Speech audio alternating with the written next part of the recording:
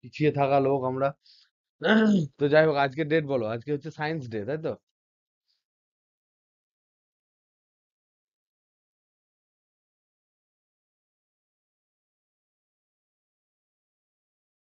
আজকে হচ্ছে ন্যাশনাল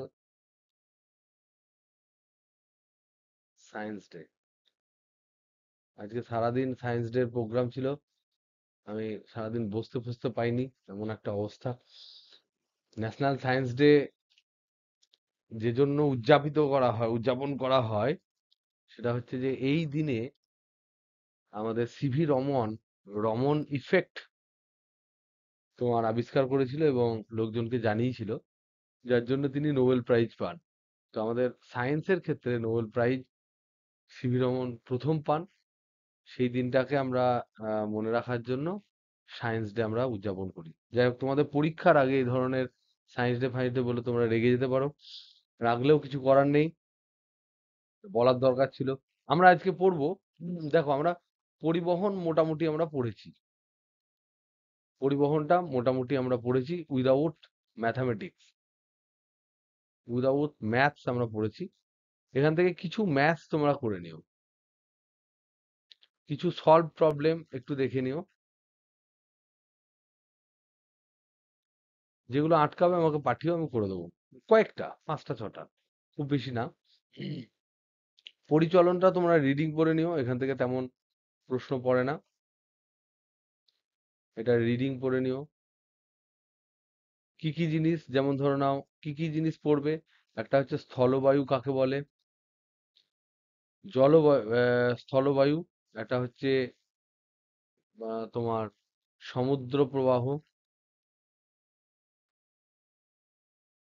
তারপরে এই যে পৃথিবী আছে, পৃথিবীর বিভিন্ন জায়গায় এটা যদি নিরক্ষরেখা হয় 0 ডিগ্রি, এটা কর্কটক্রান্তি, এটা মকরক্রান্তি, এখানে কুমেরু, এখানে সুমেরু, বিভিন্ন রেখা থাকে।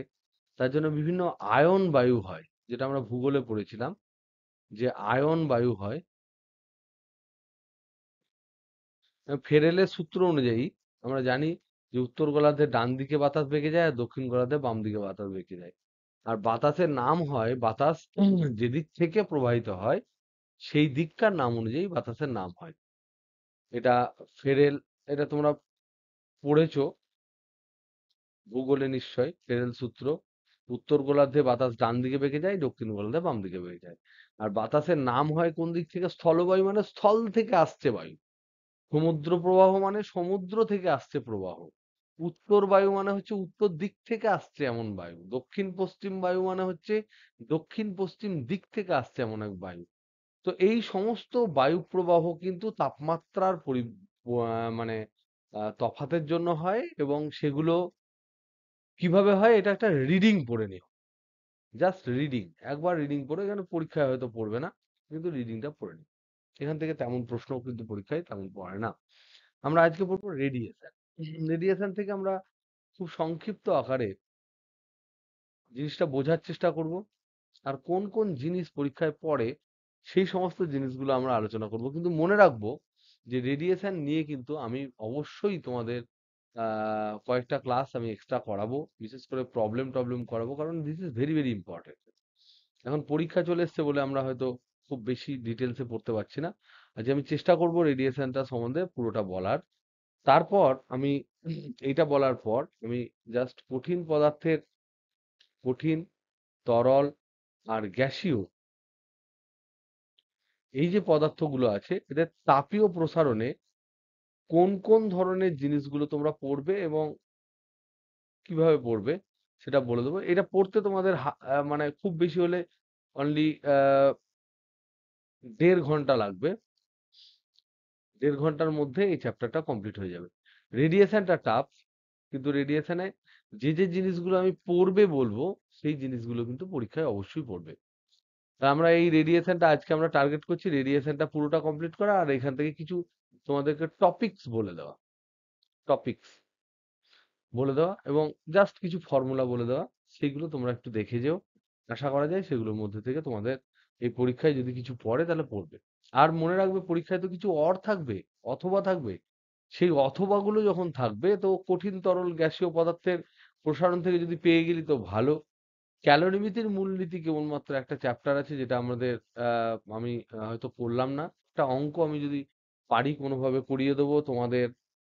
ইংলিশ পরীক্ষা কবে আছে?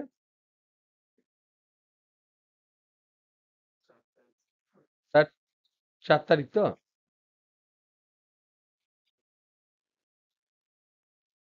5 হবে, 5। এই 5 তারিখের রাত্রিবেলা আমি, যদি তোমরা দাও তো হাফ আওয়ার যদি দিয়ে দাও, তাহলে আমি দুটো তিনটে প্রবলেম করাবো, সেগুলোর মধ্যে থেকে তোমাদের পড়ার চান্স থাকবে। এটা একটা স্পেশাল শর্ট ক্লাস হবে। ঠিক আছে? তাহলে সেখানে আমরা ওই ক্যালোরিমিতির দুটো অঙ্ক করাবো। ক্যালোরিমেট্রির দুটো অঙ্ক করাবো। 2-3 প্রবলেমস করিয়ে দেবো। প্রবলেমস যেহেতু তোমাদের চাপ হবে না, টুক করে ঘরে প্রবলেম করার মতনই প্রবলেম করে নেবে। ঠিক আছে? That is the plan, last plan. অবশ্যই তোমরা মনে রাখবে যে 11 এর এই কন্ডিশন কিন্তু 12 এ আমাদের অবশ্যই থাকবে না। ঠিক আছে? পরীক্ষার আগে সিলেবাস শেষ এরকম হয় না। 2-3 মাস আগেই সব শেষ হয়ে যাবে। কোনো চাপ নেই। ওকে। চলো বিকিরণ। বিকিরণ, এই রেডিয়েশন যে চ্যাপ্টার, মানে এটা হচ্ছে এক ধরনের তাপ প্রবাহের তাপ প্রবাহের একটা ধরন।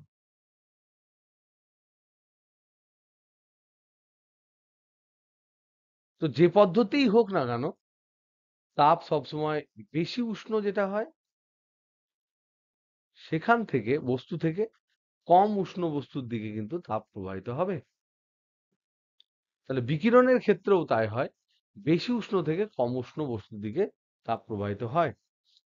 এবার বিকিরণ ব্যাপারটা হচ্ছে কি, কিভাবে এই বিকিরণ হয়, কি জিনিস, এটার নেচার কি, এটা কিন্তু কমপ্লিটলি আলাদা পরিবহন পরিচলনের থেকে, কমপ্লিটলি আলাদা।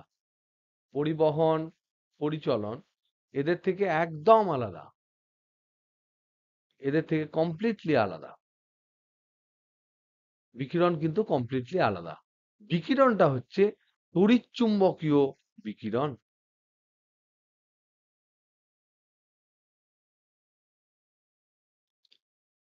কি হয় সেটা আমাদের জানতে হবে। যে কোনো একটা বস্তু বিশাল গরম, তাহলে তার টেম্পারেচার প্রচুর আছে, হিট প্রচুর আছে। সেই হিট থেকে আলো সৃষ্টি হয়। হিট থেকে আলো সৃষ্টি হয়।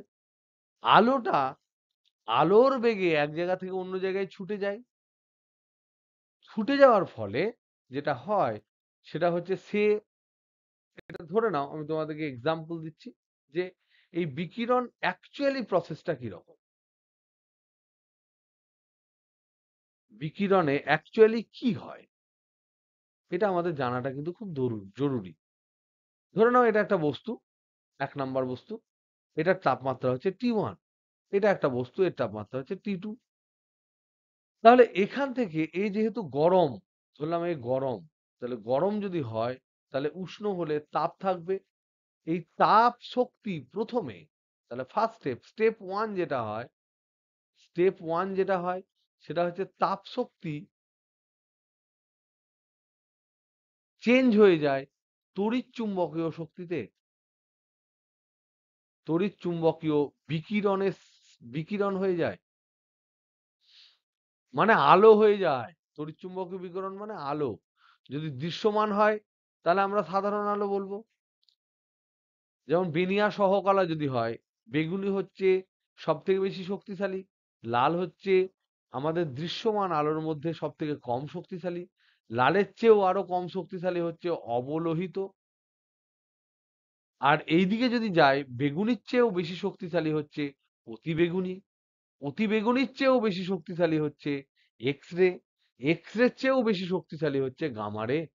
তাহলে এই যে আলো বা বিকিরণ যেটা আমরা বলছি, এটার স্পেকট্রামটা কি, এটা কোথা থেকে কোথায় আছে। এটা যদি শুধু দৃশ্যমান হয়, দৃশ্যমান আলো যদি হয়, আর এটা এই দিক বরাবর যদি আমরা শক্তি বেশি এরকম ধরি, শক্তি বাড়ছে এরকম ধরি, তাহলে কম শক্তি এখানে হবে লাল, এইদিকে হবে তোমার বেগুনি, তারপর হবে অতি বেগুনি, তারপর হবে এক্স রে, তারপর হবে গামা রে। আর এইদিকে লালের পর হবে অবলোহিত, তারপরে আসবে মাইক্রোওয়েভ, তারপরে আসবে রেডিও ওয়েভ। এদের শক্তি কম।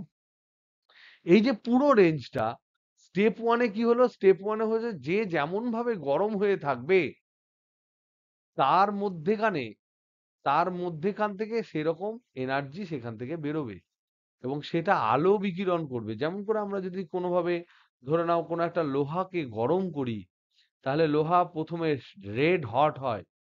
রেড হট হওয়ার পর তারপরে সে হোয়াইট হট হয়। তাহলে রেড হট যদি হয়, লোহা গরম যদি আমি করি, তাহলে প্রথমে এটা গরম করলে হয় রেড হট।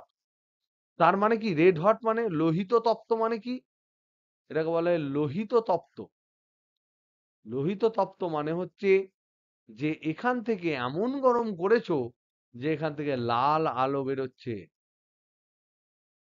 লাল আলো বেরোচ্ছে। যদি আমি আরো গরম করি, আরো যদি গরম করি, তাহলে লালের সাথে অন্যান্য সমস্ত বেশি, লাল তো সবচেয়ে কম শক্তি, তাহলে আরো গরম করলে শক্তি বাড়বে। তাহলে লালের সাথে সমস্ত বেনিয়া সহ কালো সব ধীরে ধীরে ধীরে ধীরে মিশতে শুরু করবে। তাহলে তখন সেটা কি হবে? রেড হট থেকে এটা হবে হোয়াইট হট। হোয়াইট হট মানে কি? বাংলায় এটাকে কি বলা হয় বলো? শ্বেততপ্ত। তার মানে হোয়াইট যখন হবে, সাদা আলো, মানে সেখানে কি ধরনের রং থাকে প্রিয়ন্তন? সাদা আলোতে কি ধরনের রং থাকে? সমস্ত বর্ণ আছে। তাহলে সমস্ত বর্ণ আছে। তাহলে তুমি বলো, কোন লোহা যদি লাল হয়ে গরম হয়ে থাকে, একটা লোহা যদি সাদা হয়ে গরম হয়ে থাকে, তোমাকে যদি অপশন দেয় কোনটা তুমি হাতে নেবে, তাহলে তুমি কোনটা হাতে নেবে? লোহিত তপ্ত না শ্বেত তপ্ত?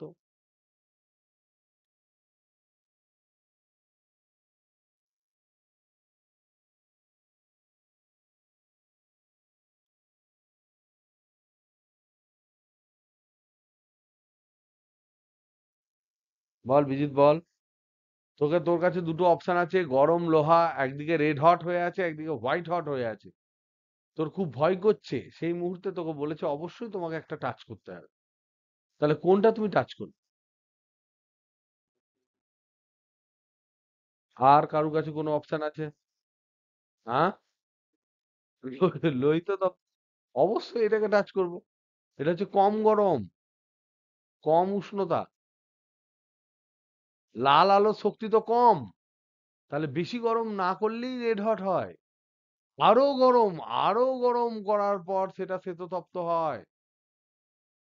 তাহলে আমরা লাল যদি রেড হট যদি হয়ে যায়, সেটা টাচ করা তাও বেটার হোয়াইট হটের তুলনায়। হ্যাঁ? হোয়াইট হট হলে হাতটা গলে যাবে। দেখেছো কি সব ভালো ভালো কথা বলছে। ওকে। তো তাহলে আমরা প্রথমে দেখলাম যে, তাহলে আমরা ফার্স্ট স্টেপ কি দেখলাম বিকিরণের ক্ষেত্রে? বিকিরণের ক্ষেত্রে প্রথম দেখলাম গরম বস্তু, তার তাপ আছে, সেই তাপ শক্তি প্রথমে সে তড়িৎচুম্বকীয় শক্তিতে পরিণত করবে। এই তড়িৎচুম্বকীয় শক্তি প্রবাহিত হবে,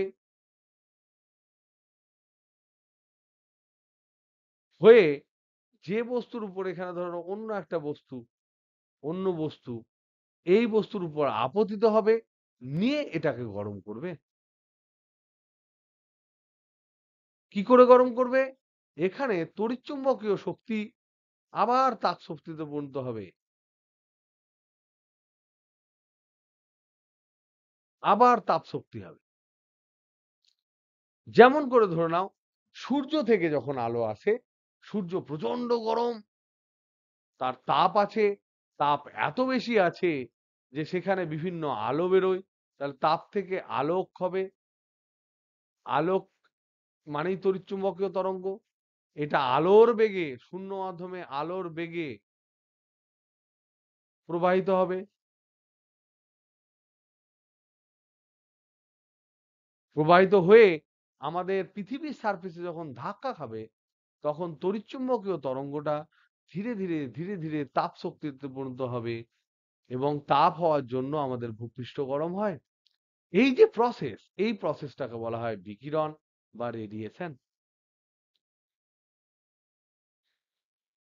তার মানে রেডিয়েশনের সংজ্ঞাটা কি? রেডিয়েশনের সংজ্ঞা হচ্ছে যে পদ্ধতিতে আলো কোনো একটি স্থান থেকে অন্য একটি স্থানে তড়িৎচুম্বকীয় বিকিরণের মাধ্যমে প্রবাহিত হয়, তাকে আমরা রেডিয়েশন বলবো। তাহলে এটা সংজ্ঞাটা পড়ে নিও, সংজ্ঞাটা দেখে নিও। তাহলে তড়িৎচুম্বকীয় তরঙ্গ বিকিরণ হবে, তার মানে মাধ্যম, এক্ষেত্রে মাধ্যম না থাকলেই ভালো, না থাকলেই ভালো। এবার যদি থাকে, যদি মাধ্যম থাকে,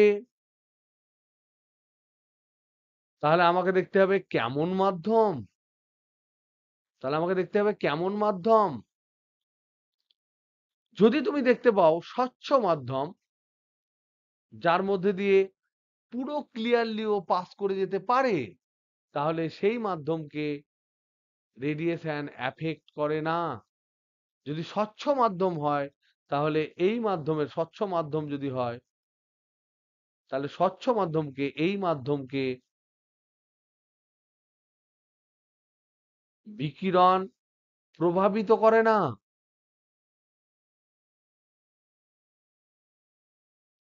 যদি অর্ধ স্বচ্ছ হয় বা পার্সিয়ালি আংশিক স্বচ্ছ হয়, তাহলে খানিকটা অ্যাবজর্পশন হবে, খানিকটা শোষণ হবে, খানিকটা শোষিত হওয়ার পর পরিবহন হবে তার মধ্যে দিয়ে, আর খানিকটা বিকিরণ হয়ে বেরিয়ে যাবে, এরকম হবে। আর যদি একদম অস্বচ্ছ হয়, তাহলে পুরোটাই শোষণ হবে। শোষণ, তারপর শোষণ হওয়ার পর গরম হয়ে যাওয়ার পর পরিবহন হবে, বিকিরণ আটকে যাবে, বিকিরণ আটকে যাবে। তার মানে আমরা ছোটবেলায় যে কথাগুলো পড়তাম, যে বিকিরণ, বিকিরণ পড়ার সময় আমরা পড়তাম যে বিকিরণ কোনোভাবেই মাধ্যমকে এফেক্ট করে না, প্রভাবিত করে না। সেটা এই কেসের ক্ষেত্রে আমরা আলোচনা করতাম যে যদি সেটা স্বচ্ছ মাধ্যম হয়, যদি সেটা স্বচ্ছ মাধ্যম হয়, তবেই সেই মাধ্যমকে সে প্রভাবিত করে না। কিন্তু যদি পৃথিবীর উপর আলো পড়লো, তাহলে পৃথিবীর উত্তর মেরুতে, ধরো পৃথিবীর টাকে আলো পড়লো, এই দিক বরাবর আলো পড়লো, তাহলে এই দিক বরাবর তো বেরিয়ে আসে না, কারণ পৃথিবী হচ্ছে অস্বচ্ছ মাধ্যম,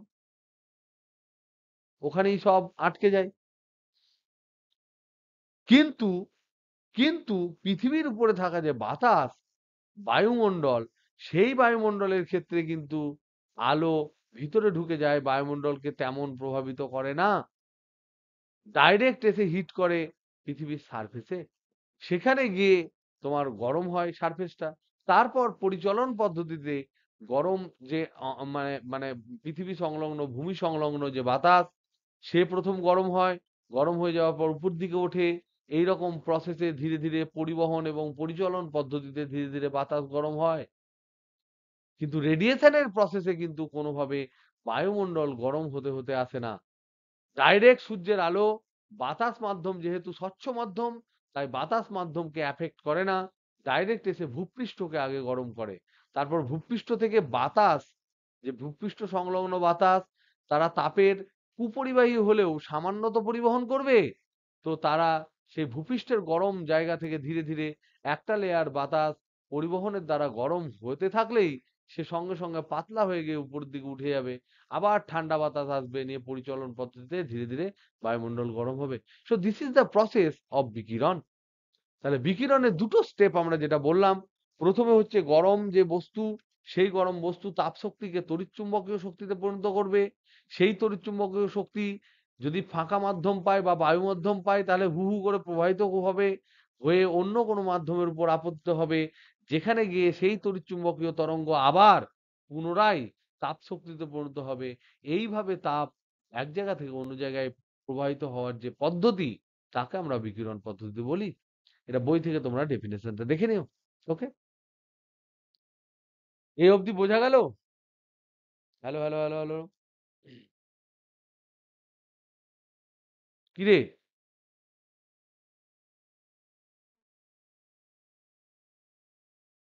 বিজিত, এগুলো সব জানতিস?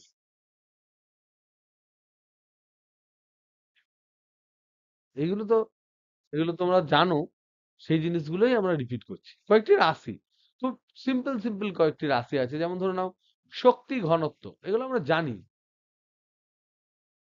শক্তি ঘনত্ব মানে হচ্ছে এনার্জি ডেন্সিটি, এনার্জি ডেন্সিটি।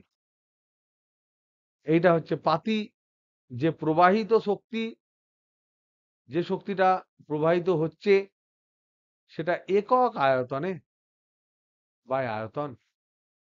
তো একক আয়তনে প্রবাহিত শক্তি যেটা, সেটাকে শক্তি ঘনত্ব বলা হয়। এটা ছোট হাতের ইউ বলে অনেক সময়, এখানে তো কিছুই বলেনি। তাহলে এখানে প্রবাহিত শক্তি কি? বিকিরণ জনিত শক্তি, বিকিরণ জনিত প্রবাহিত, বিকিরণ জনিত শক্তি বাই আয়তন। তাহলে এর একক কি হবে? একক হবে জুল পার মিটার কিউব।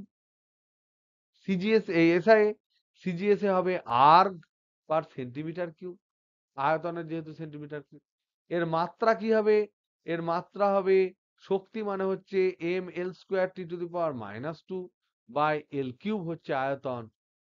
তার মানে এর মাত্রা হবে M L to the power -1 T to the power -2।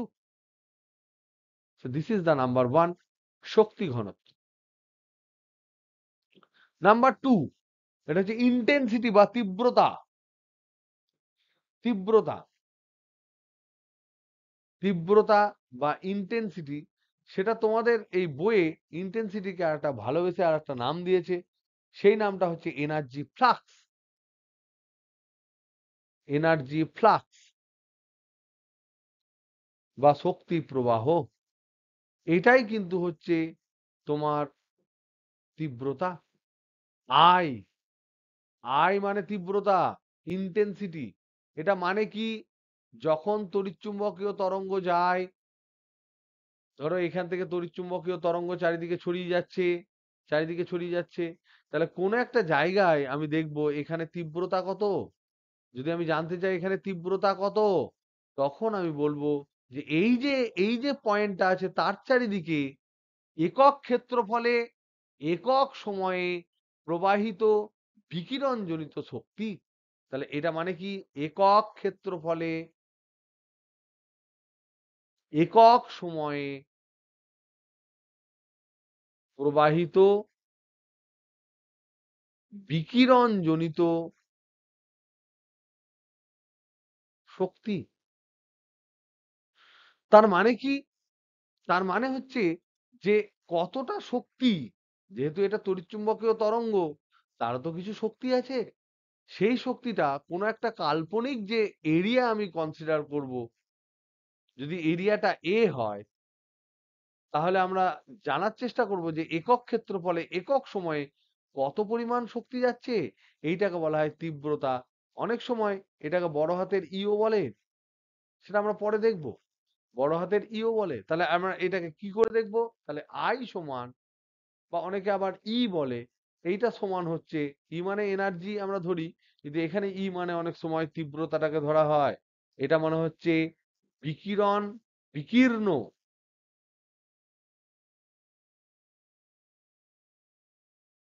বিকীর্ণ শক্তি প্রতি একক ক্ষেত্রফলে প্রতি একক সময়ে, দিস ইজ তীব্রতা। তাহলে এর মাত্রা কি হবে? এককটা আগে দেখি, এর একক কি হবে? শক্তি মানে হচ্ছে জুল বাই, এটা হচ্ছে মিটার স্কোয়ার ইন্টু সেকেন্ড। আর জুল পার সেকেন্ড মানে আমরা কি জানি? 1 জুল পার সেকেন্ড সমান আমরা কি জানি? একক ওয়াট। তাহলে ওয়াট পার মিটার স্কোয়ার, তার মানে আমরা লিখতে পারি watt metre to the power -2। এটা এসআই। সিজিএস এ যদি আমরা দেখি তাহলে দেখবো আর্গ পার সেন্টিমিটার স্কোয়ার ইন্টু সেকেন্ড। তাহলে আমরা আর্গ পার সেকেন্ডের কিছু নাম জানি না, তাই আমরা লিখবো আর second inverse centimetre to the power 2 minus 2। এটা হলো একক। এর মাত্রা কি হবে? মাত্রা হবে এনার্জির মাত্রা ml² t⁻⁻² বাই ক্ষেত্রফলের মাত্রা L² বাই সময়ের মাত্রা t। তাহলে L² কেটে গেল, আর এটা t-1 হয়ে নিচে গিয়ে উপরে গিয়ে অ্যাড হবে, তাহলে mt⁻³ সো এইটা হচ্ছে তীব্রতার মাত্রা mt⁻³ ওকে। এবার আমরা দেখার চেষ্টা করব যে বিকিরণের চাপ কি হয়। এই যে তীব্রতা, এই তীব্রতাটা কোনো বিন্দু উৎসের জন্য কেমন হয়? প্রশ্ন, একটি উত্তপ্ত বস্তু ও বিন্দুতে রয়েছে,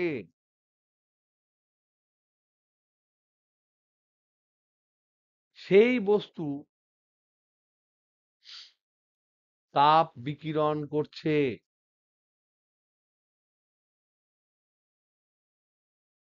ও বিন্দু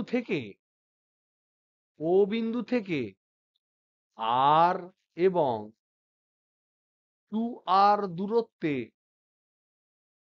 থাকা দুটি বিন্দু এ এবং বি, এই দুটি বিন্দুর তীব্রতার অনুপাত নির্ণয় করো।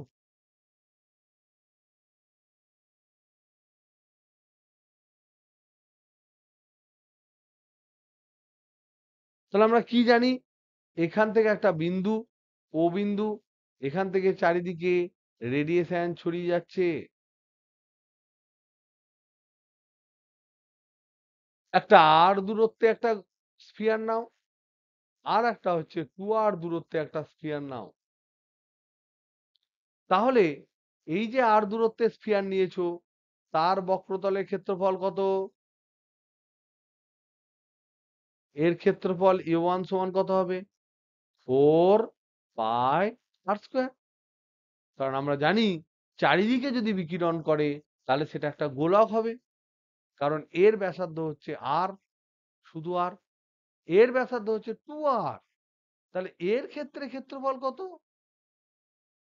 এর ক্ষেত্রে ক্ষেত্রফল কত হবে?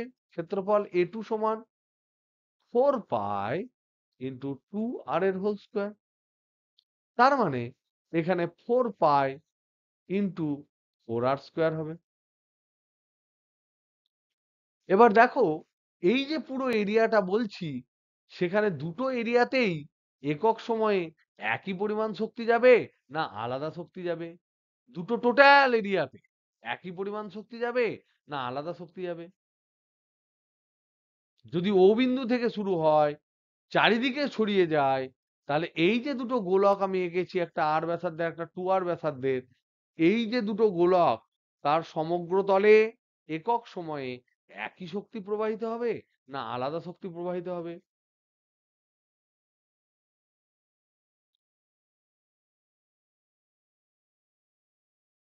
তীব্রতা বলিনি, শক্তি বলেছি।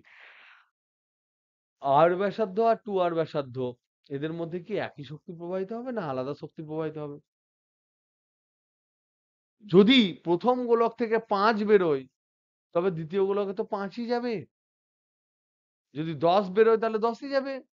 তা দুই ক্ষেত্রে কিন্তু পুরো ক্ষেত্রফলে যদি আমি ধরি, যতটা এখানে বেরোবে সেন্টার থেকে একই রেটেই বেরোবে, সেই রেটটা একই থাকবে, এবং প্রথম গোলকে যতটা বেরোবে এক সেকেন্ডে, দ্বিতীয় গোলকেও 1 সেকেন্ডে ততটা বেরোবে, কিন্তু একক ক্ষেত্রফলে কিন্তু আলাদা হবে।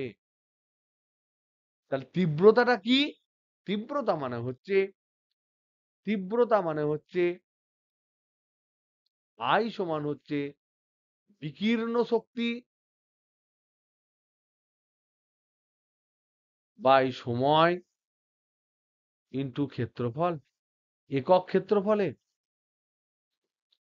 তাহলে প্রথম যেটা আছে, যেটা রেডিয়াস আর, তার ক্ষেত্রে যদি আমি I1 ধরি, তাহলে বিকীর্ণ শক্তি E/T, এটা ধরে নাও সেম। ক্ষেত্রফলটা এর হচ্ছে 4πr²। দ্বিতীয়টা, যেটা রেডিয়াস হচ্ছে 2r, তার ক্ষেত্রে আমি যদি তীব্রতা ধরি I2, তাহলে এখানেও হবে E/T ইন্টু 4π ইন্টু 2r এর হোল স্কোয়ার, মানে 4r²। তাহলে এখানে যদি আমি অনুপাত করি, I1/I2 যদি আমি করি, তাহলে আমি কি পাবো?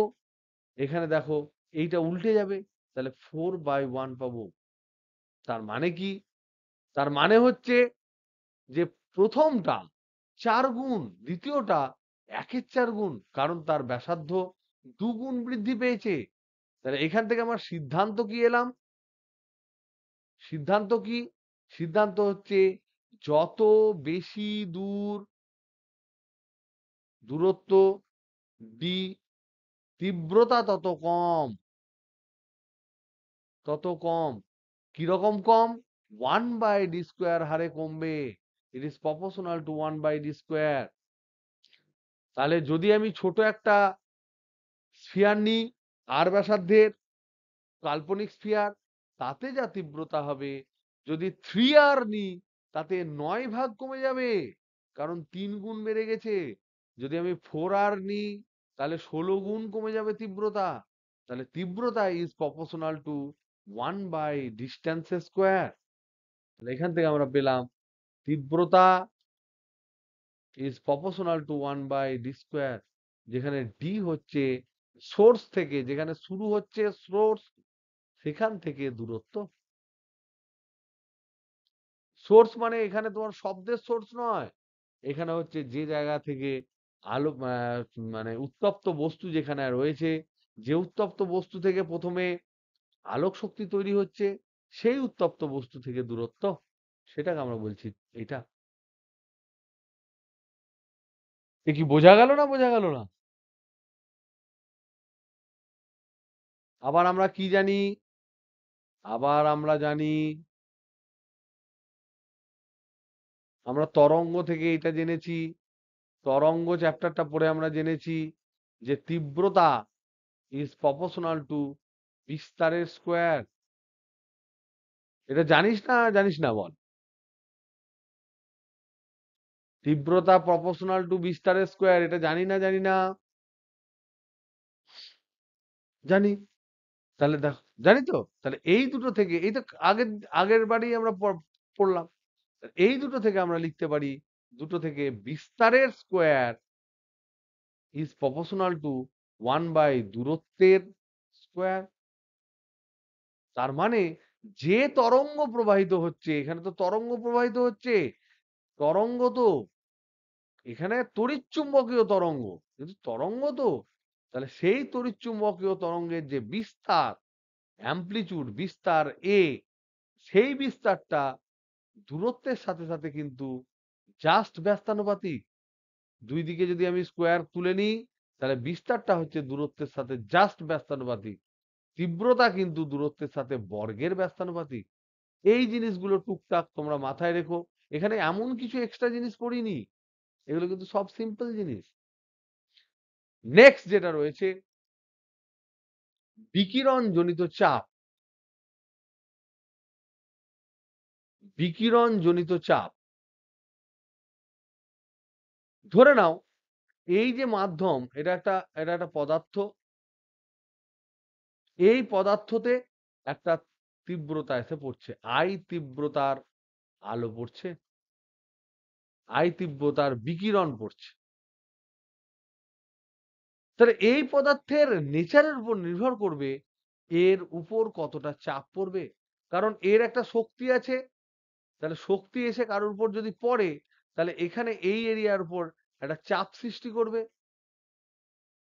চাপ সৃষ্টি হবে। এই চাপটা নির্ভর করছে, যে চাপটা নির্ভর করছে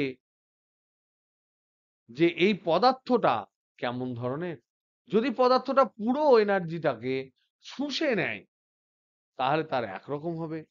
যদি পদার্থটা পুরো এনার্জিটাকে বিকিরণ করে দেয়, আবার প্রতিফলন করে দেয়, তাহলে এখানে পুরো শোষণ হতে পারে, পুরো শোষণ হতে পারে, এরকম একটা কেস নাম্বার 1 হতে পারে। আবার কেস নাম্বার 2 হতে পারে যে এই যে পদার্থর কথা আমি আলোচনা করছি, এই পদার্থ একটুও শোষণ করেনি, একটুও শোষণ করেনি, সবটাই সবটাই প্রতিফলন করেছে। তার মানে এখানে আই তীব্রতার আলো এসে পড়লো, আবার আই তীব্রতার তড়িৎচুম্বকীয় বিকিরণ বেরিয়ে গেল, এবং এখানে যেটা হলো এই পদার্থ শোষণ করলো না, পুরো প্রতিফলন হলো। তাহলে বলো তো দেখি কোন ক্ষেত্রে এখানেও চাপ খাবে, এই তলটাও এখানেও চাপ সৃষ্টি হবে। এবার আমাকে একটু বুদ্ধি করে বলো, চাপ কোন জায়গায় বেশি হবে? যখন পূর্ণ শোষণ আর যখন প্রতিফলন, কোন ক্ষেত্রে বেশি হবে প্রিয়ন্তম? তুমি এটার একটা কম্পারিজন তোমাদেরকে বলো বলো বলো কোনটা হবে?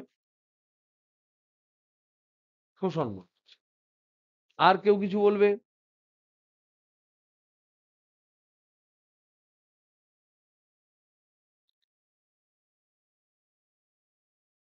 ধরে নাও তোমার দিকে আমি একটা বল ছুড়ে দিয়েছি, খুব ভালো করে মাথায় রাখবে, একটা মোটা বল বা ফুটবল বা ক্রিকেট বল তোমার দিকে আমি জোরে ছুড়ে দিয়েছি।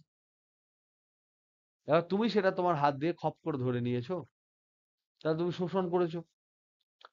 আর এটা হচ্ছে কেস নাম্বার 1। 2 নাম্বার কেস হচ্ছে তোমাকে একটা জোরে বল ছুড়েছি, তুমি হাত দিয়ে সেই বলটাকে বিপরীত দিকে বা অ্যাঙ্গেল করে হলে অ্যাঙ্গেল করে তত বেগেই তুমি তাকে বাইরে পাঠিয়ে দিয়েছো। কোন ক্ষেত্রে হাতে বেশি ব্যথা পাবে?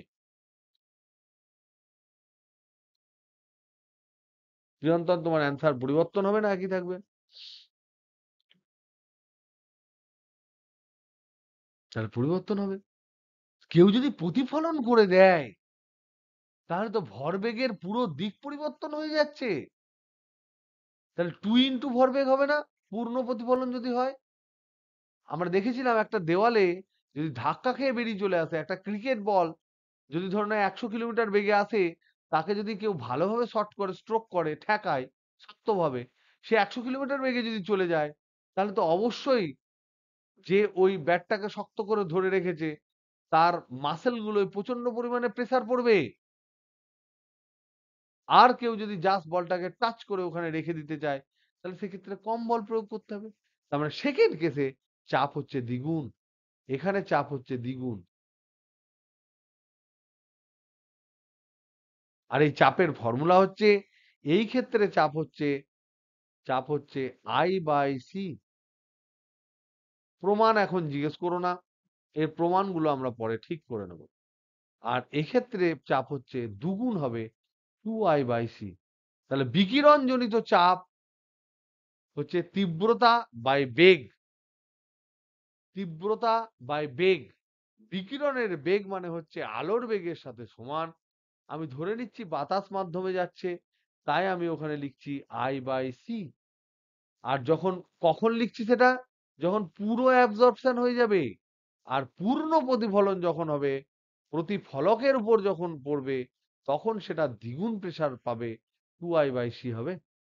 ওকে, নেক্সট নেক্সট আমরা যে জিনিসটা পড়বো সেই জিনিসটা হচ্ছে যে দুটো টার্ম পড়বো, ছোট ছোট দুটো টার্ম পড়বো। এক নাম্বার হচ্ছে বিকিরণ ক্ষমতা, এইটা সম্বন্ধে আমরা পড়ব। বিকিরণ ক্ষমতা, এটা হচ্ছে এমিসিভ পাওয়ার।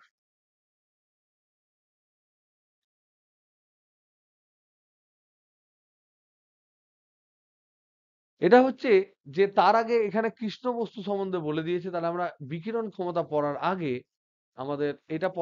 আমাদের অবশ্যই বলা উচিত যে ব্ল্যাক বডি বলতে কি বোঝায়। কৃষ্ণ বস্তু,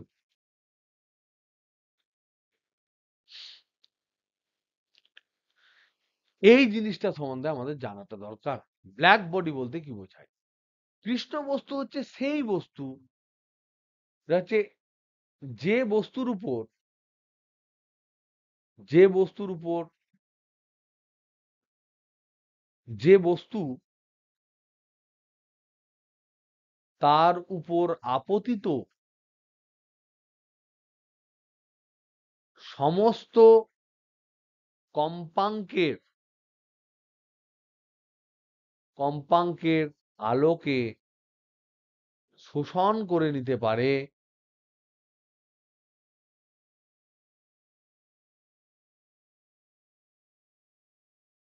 তাকে আমরা কৃষ্ণ বস্তু বলি। কৃষ্ণ মানে কি? কৃষ্ণ কথাটার মানে কি? অনেক মানে আছে। যদি আক্ষরিক মানে দেখি, তাহলে এটা মানে হচ্ছে কালো, ব্ল্যাক। আর ব্ল্যাক মানে কি? সেখানে কি কালার আছে? ব্ল্যাক কালার মানে সেখানে কি কোন কালার আছে? ব্ল্যাক মানে নো কালার। তার মানে একটা বস্তুর উপর আমি যাই আলো ফেলছি, সব যদি ও শুষে নেয়, তাহলে সেখান থেকে তো বেরিয়ে কিছু আসছে না। মানে ধরে নাও, ব্ল্যাক বডি আমরা কাদেরকে বলতাম? যখন আমরা কলেজে পড়তাম, তখন আমরা বলতাম যে ধরো কোনো ইন্টারভিউ আমরা গেছি, স্যাররা কোনো ভাইভা জিজ্ঞেস করেছে, বিভিন্ন ধরনের বিভিন্ন ইন্টেন্সিটির বিভিন্ন কম্পাঙ্কের প্রশ্ন জিজ্ঞেস করেছে, একটা প্রশ্নেরও অ্যান্সার দিতে পারলাম না, তাহলে আমি কিন্তু ব্ল্যাক বডি হয়ে গেলাম। কারণ আমার উপর আপতিত সমস্ত প্রশ্ন আমি শোষণ করে নিলাম, একটা অ্যান্সারও আমার মুখ দিয়ে বেরোলো না। তা don't B A black body in interview, বুঝছো? কিন্তু সেই ব্ল্যাক বডির আবার আরেকটা ইতিহাস আছে, আরেকটা গল্প আছে, সেটা আমরা বলবো। তাহলে ব্ল্যাক বডি বলতে বোঝাচ্ছে যে একটি বস্তু যার উপর যে কম্পাঙ্কেরই আলো পড়ুক না কেন, ও সবকেই শোষণ করে নেয়। তার কম্পাঙ্ক বেশি হোক কম হোক কিচ্ছু যায় আসে না, এই বস্তুকে ব্ল্যাক বডি বলা হয়। ব্ল্যাক বডি বলে কেন? কারণ হচ্ছে যে কোনো কম্পাঙ্কের আলোকে সে শোষণ করে নিলে সেখান থেকে কোনো আলো আর বেরোনোর স্কোপ থাকে না, সেই জন্য সেটা ব্ল্যাক বডি। কোনো কালার বেরোচ্ছে না বলে ব্ল্যাক কালার বেরোচ্ছে। পারফেক্ট ব্ল্যাক বডি বলতে বোঝায় যে এই কাজটা পারফেক্টলি করে, আদর্শ কৃষ্ণ বস্তু। তো পারফেক্ট ব্ল্যাক বডি কিন্তু হয় না। অনেকে চেষ্টা করেছে বিভিন্ন ধরনের করার, তার মধ্যে একটা ফেরির কৃষ্ণ বস্তু আছে। ফেরির কৃষ্ণ বস্তু, সেটা কি জিনিস আমরা দেখব। বিজ্ঞানী ফেরি কি করেছে, এরা একটা গোল জায়গা রেখেছে, সেই গোল জায়গার মধ্যে একটা পিন হোল রেখেছে। পিন হোল মানে জাস্ট একটা ছোট্ট ছিদ্র রেখেছে, যার মধ্যে দিয়ে আলো ঢুকতে পারে। এবং এর ভেতরটা ও কি করেছে, ভেতরটা ও ভূষা কালি মাখিয়ে দিয়েছে। ভেতরটা স্ট্রাকচারটা কিরকম? ভেতরের স্ট্রাকচারটা হচ্ছে এরকম গোল, যে এখানে একটা খাঁজ কাটা আছে। আর তার এই প্রান্তে পুরো ভূষা কালি লাগিয়ে দিয়েছে। পুরো ধারে সমস্ত জায়গায় ভূষা কালি লাগানো আছে। ভূষা কালি হচ্ছে কালো, তাই কালোর উপর যদি কিছু পড়ে সে সব শোষণ করে নেবে। কালো মানেই হচ্ছে তার উপর কোনো বর্ণ নেই। মনে রাখবে, লাল বর্ণের কোনো জিনিস লাল দেখায়, তার কারণ সে লাল বাদ দিয়ে অন্য সবকিছুকে শোষণ করতে পারে। তাই সে সমস্ত আলো তার উপর পড়লেও লাল আলোটাকে সে বাইরে বিকিরণ করে দেয়। তাই আমি বস্তুটাকে লাল দেখি। কোনো একটা বস্তুকে কালো দেখা মানে হচ্ছে তার মধ্যে যেকোনো ধরনের যেকোনো বর্ণের আলো পড়া সত্ত্বেও সমস্ত বর্ণকে সে শোষণ করে নিয়েছে। এবার আলো এসে, ভালো আলো এসে এখানে যখন পড়লো, পড়ার পর সে এখানে গেল, এখানে গেল, এখানে গেল, এখানে গেল, এখানে গেল, এখানে গেল। তো মাল্টিপল, অনেকগুলো অনেকগুলো মাল্টিপল তার রিফ্লেকশন হবে। আর প্রতিটা রিফ্লেকশনেই শোষণ হবে খানিকটা খানিকটা করে। ভূষাকালি যেহেতু আছে, তাহলে প্রতিটা প্রতিটি রিফ্লেকশনে বাম্পার শোষণ হবে, রিফ্লেকশনে শোষণ হবে। তো এইরকম কেস করে এমন একটা যন্ত্র বানালো যে আলো আর এখান থেকে বেরোলো না। এটা বিজ্ঞানী ফেরি করেছিল। এটাকে ফেরির কৃষ্ণ বস্তু বলা হয়। তাহলে কৃষ্ণ বস্তু মানে গোল পাথর তা নয়। কৃষ্ণ বস্তু মানে হচ্ছে একটা সেটআপ, যে সেটআপের মধ্যে আলো পড়লে সেই আলো আর বাইরে বেরিয়ে আসবে না। সেটা তুমি যেমন ভাবে তৈরি করো তাকেই তুমি কৃষ্ণ বস্তু বলবে। ওকে? তো ফেরির কৃষ্ণ বস্তু মাঝে মাঝে আসে পরীক্ষায়। এবার এই যে আরেকটা জিনিস আমাদের মনে রাখতে হবে, যে বস্তু যে বস্তু যত ভালো শোষক,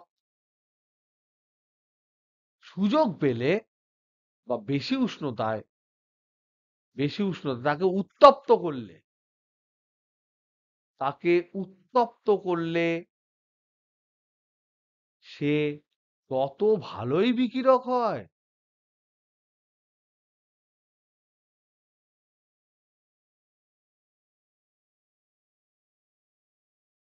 তার মানে কৃষ্ণ বস্তু যে সমস্ত ধরনের কম্পাঙ্ক শোষণ করে তা নয়। যদি তুমি কোনো বস্তুকে হেভি গরম করো কৃষ্ণ বস্তুকে, তাহলে সে আবার সমস্ত কম্পাঙ্কের আলো আবার ফেরতও দেয়। তার মানে কি, এটা হচ্ছে সেই ধরনের ছেলে যে খুব সহজেই কারোর গালমন্দতে রিপ্লাই করে না, সব অ্যাবজর্ব করে নেয়। অ্যাবজর্ব করতে করতে করতে করতে সিচুয়েশন যদি ডিম্যান্ড করে তাকে রিপ্লাই করতে হবে, তখন সে কিন্তু সব ক্যালকুলেশন করে প্রত্যেকটা ফ্রিকোয়েন্সির সব কিন্তু বিকিরণ করে দেবে। সেই ধরনের জিনিস কিন্তু কৃষ্ণ বস্তু। তাহলে কৃষ্ণ বস্তু যখন বিকিরণ করবে, এমিশন করবে, তখন কিন্তু 100% এমিশন করে দেবে। কারণ ও 100% শোষণও করতে পারে। কারণ সবচেয়ে বেশি পরিমাণ বিকিরণ করে কৃষ্ণ বস্তু যদি তাকে উত্তপ্ত করা হয়। তাহলে যে যত ভালো শোষক, তাকে উত্তপ্ত করলে সে তত ভালোই কিন্তু বিকিরণ করবে। এবার আসছি আমি ওই সংজ্ঞায়, যে সংজ্ঞাটা আমরা তখন পড়ছিলাম, যে কোনো একটি পদার্থের বিকিরণ ক্ষমতা বলতে কি বুঝি?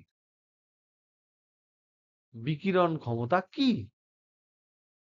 এটা বলছে যে ওই পদার্থটা কোনো একটা তরঙ্গদৈর্ঘ্যের যে আলো বিকিরণ করে একক সময়ে একক ক্ষেত্রফলে, প্রতি সেকেন্ডে একক ক্ষেত্রফলে, প্রতি একক ক্ষেত্রফলে যে পরিমাণ বিকিরণ করে ওই পদার্থটা, একই উষ্ণতায় যদি উত্তপ্ত থাকে, তাহলে একটা আদর্শ কৃষ্ণ বস্তু যতটা করবে তার অনুপাত। মানে কি? মানে আমরা যদি বাংলা ভাষায় লিখি, বিকিরণ ক্ষমতা মানে বস্তুর বিকিরণ ক্ষমতা মানে হচ্ছে বস্তুটি ল্যামডা তরঙ্গদৈর্ঘ্যের বিকিরণ একক বস্তু কর্তৃক ল্যামডা তরঙ্গদৈর্ঘ্যের একক সময়ে একক ক্ষেত্রফলে বিকিরণ বাই বাই আদর্শ কৃষ্ণ বস্তু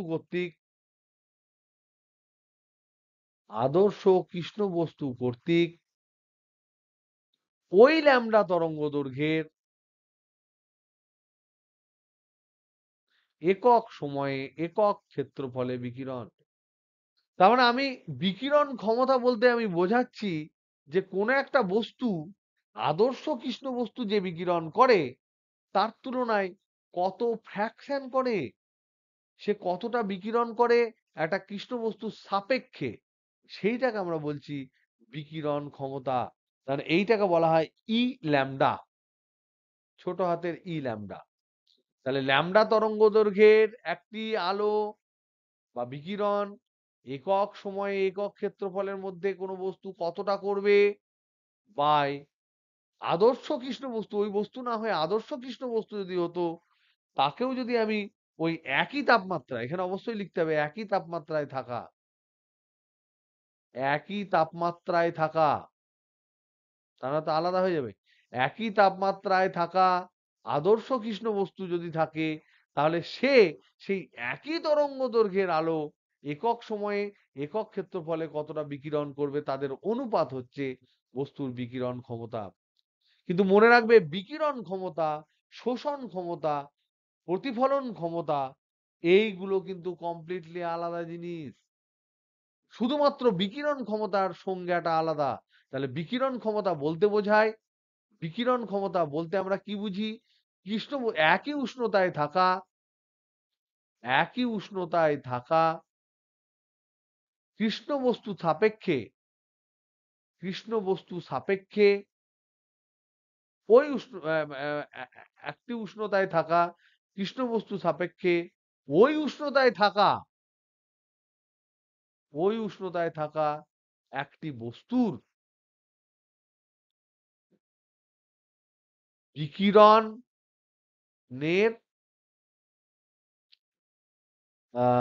রেশিও, অনুপাত কতটা পরিমাণ করতে পারে, এর সাপেক্ষে কৃষ্ণ বস্তুর সাপেক্ষে কতটা করতে পারে, তার একটা পরিমাপ। সেই পরিমাপটা করার জন্য আমরা কি করছি? একক সময়ে একক ক্ষেত্রফলে শক্তিটাকে মাপছি। একটা বস্তু থেকে বেরোচ্ছে, আর একটা একই উষ্ণতায় থাকা কৃষ্ণ বস্তু থেকে বেরোচ্ছে। So it is different. এরপর আমরা অন্য তিনটে জিনিস পড়বো। সেই তিনটে জিনিস কিন্তু খুব ইজি। একটা হচ্ছে তোমার প্রতিফলন, শোষণ ক্ষমতা, বিকিরণ ক্ষমতার থেকে এগুলো কিন্তু আলাদা, এদের সংজ্ঞা আলাদা। শোষণ, প্রতিফলন ক্ষমতা, ক্ষমতা আর পরিবহন ক্ষমতা,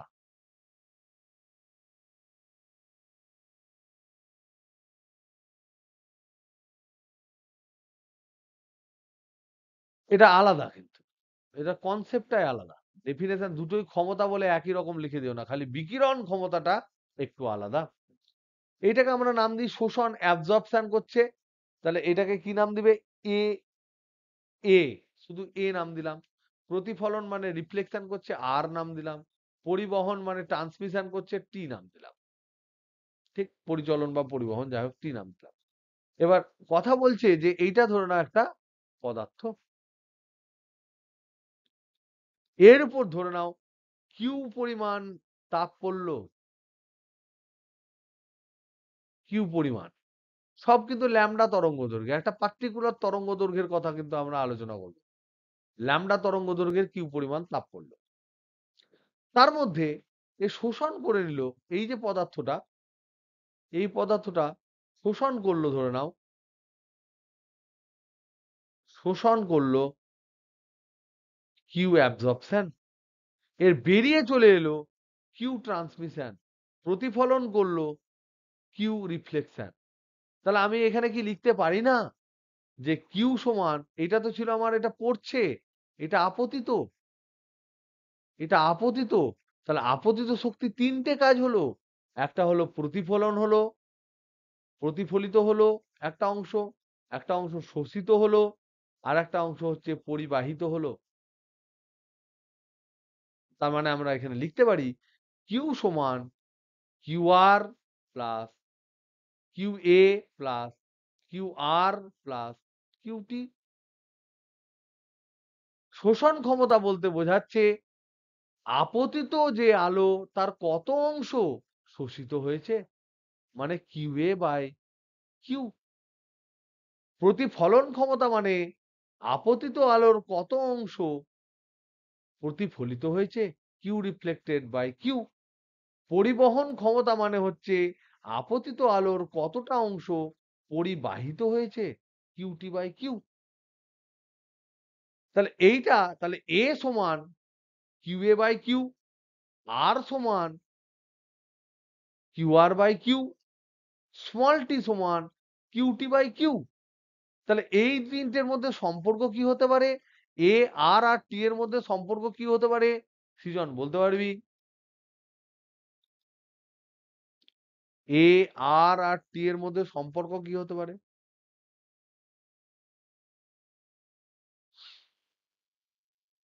এই সম্পর্ক থেকে, এখান থেকে এটাকে ব্যবহার করে।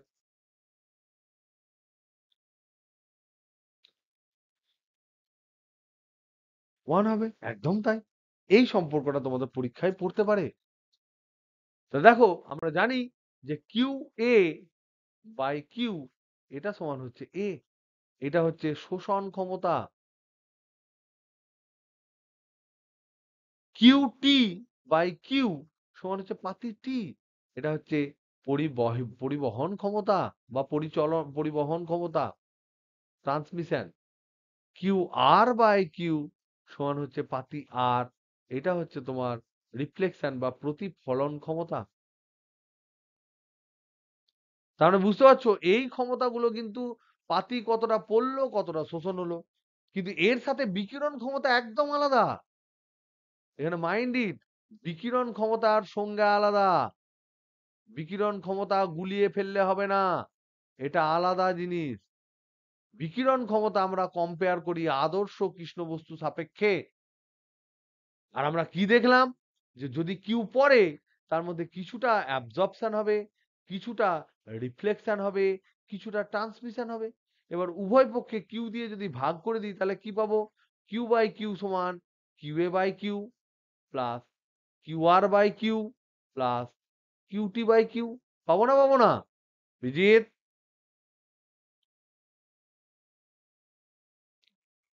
তাহলে বাম পক্ষ হবে ওয়ান, ডান পক্ষ কি হবে? A plus R plus T. তাহলে এখান থেকে আমরা লিখতে পারি যে ওয়ান সমান A plus R plus T. So this is very important একটা ইকুয়েশন, যে এই যে তিনটে ক্ষমতা কোন একটা তলের উপর পড়ার পরে যে ক্ষমতা, এই তিনটের যোগফল কিন্তু ওয়ান হয়।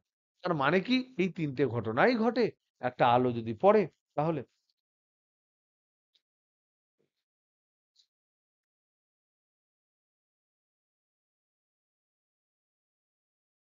এবার তিনটে সূত্র পড়াবো, তিনটে সূত্র পড়ালে এই চ্যাপ্টারটা শেষ।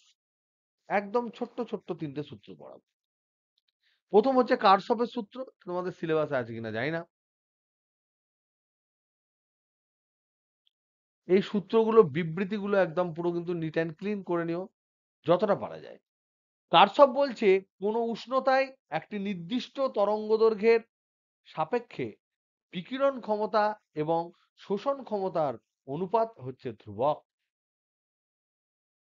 তাহলে কোন একটি নির্দিষ্ট উষ্ণতায়,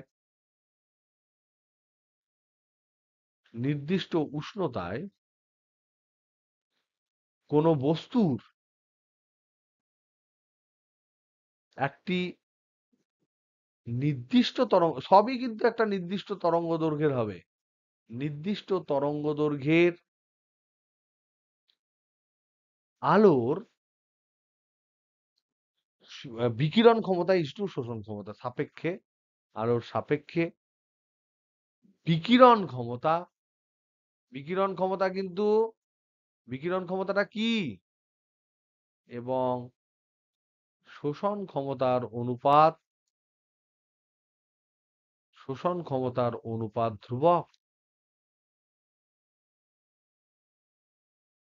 তার মানে কোন একটা উষ্ণতায় একটি নির্দিষ্ট তরঙ্গ দৈর্ঘ্যের জন্য তুমি যতটা বিকিরণ করবে, ততটাই যতটা বিকিরণ করবে, ধরো এক পরিমাণ বিকিরণ করলে শোষণ হলো এ, দুই পরিমাণ যদি সে বিকিরণ করে ওই তাপমাত্রায় ওই তরঙ্গ দৈর্ঘ্যে তাহলে কিন্তু শোষণ করবে দুই। এর অনুপাতটা হচ্ছে ধ্রুবক, এবং এই ধ্রুবকের মান, এবং এই ধ্রুবকের মান, ধ্রুবকের মান আদর্শ কৃষ্ণ বস্তুর, আদর্শ কৃষ্ণ বস্তুর ওই তরঙ্গ দৈর্ঘ্য সাপেক্ষে, তরঙ্গ দৈর্ঘ্য সাপেক্ষে বিকিরণ ক্ষমতার সমান।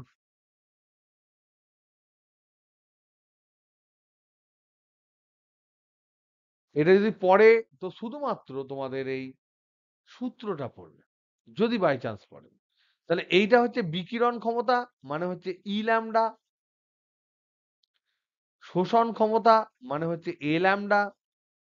আর কৃষ্ণ বস্তুর বিকিরণ ক্ষমতা, কৃষ্ণ বস্তুর বিকিরণ ক্ষমতা যেটা, এটাকে আমরা ধরলাম বড় হাতের ই ল্যামডা। তাহলে আমরা লিখতে পারি বড় হাতের ই ল্যামডা সমান ই ল্যামডা বাই এ ল্যামডা। এই হচ্ছে এর কারশফের সূত্র। ও বলতে চাইছে যে যে কোনো একটা বস্তুর বিকিরণ ক্ষমতা, কোনো একটা তাপমাত্রায় তাকে উত্তপ্ত করেছো, সে কিছু বিকিরণ করবে, বাইরে থেকে যে বিকিরণ আসবে সেটাকে ও শোষণও করবে। তাহলে বিকিরণ যেটা করছে তার ক্ষমতা যদি ই ল্যামডা হয়, সে ওই মুহূর্তে যে শোষণ করছে তার ক্ষমতা যদি এ ল্যামডা হয়, তাহলে ই ল্যামডা বাই এ ল্যামডা সমান হচ্ছে কনস্ট্যান্ট, এবং সেটা হচ্ছে আদর্শ কৃষ্ণ বস্তুর বিকিরণ ক্ষমতা সমান।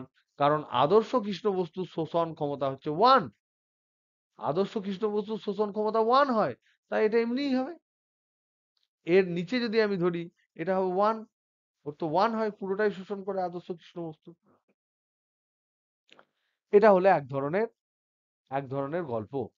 তার মানে এখান থেকে বোঝা যাচ্ছে যে এইটা যদি কনস্ট্যান্ট হয়, তাহলে ই ল্যামডা বাই এ ল্যামডা এইটা সমান ধ্রুবক। তাহলে এখান থেকে আমরা আবার এটাও বলতে পারি E lambda is proportional to A lambda. তাহলে এইটা হচ্ছে বিকিরণ ক্ষমতা, আর এইটা হচ্ছে শোষণ ক্ষমতা।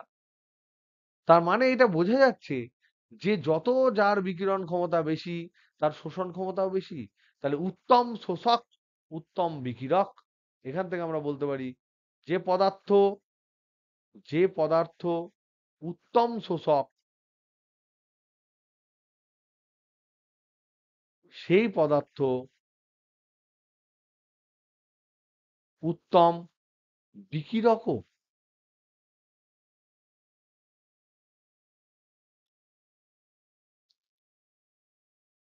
এ কি লোড হয়ে গেল চিরন্তন, না বুঝতে পারলে? বুঝতে পেরেছিস?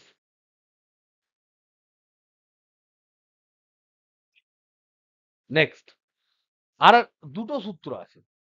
এরপর আছে ভিন্স ডিসপ্লেসমেন্ট ল আর স্টিফান বোলজম্যান সূত্র। আর একটা হচ্ছে থ্রি লস।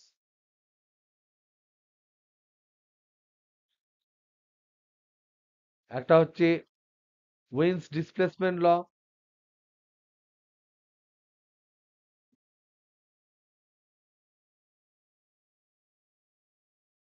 হচ্ছে ভিনের সরণ সূত্র। এটা 2 নম্বরে করাবো। তার আগে ইন্টারেস্টিংটা করে দিই। 1 নম্বর হচ্ছে স্টিফানস, যেখান থেকে প্রবলেম পড়বেই পড়বে, স্টিফানস ল। তারপর এর সাথে হচ্ছে স্টিফান বোলজম্যান ল।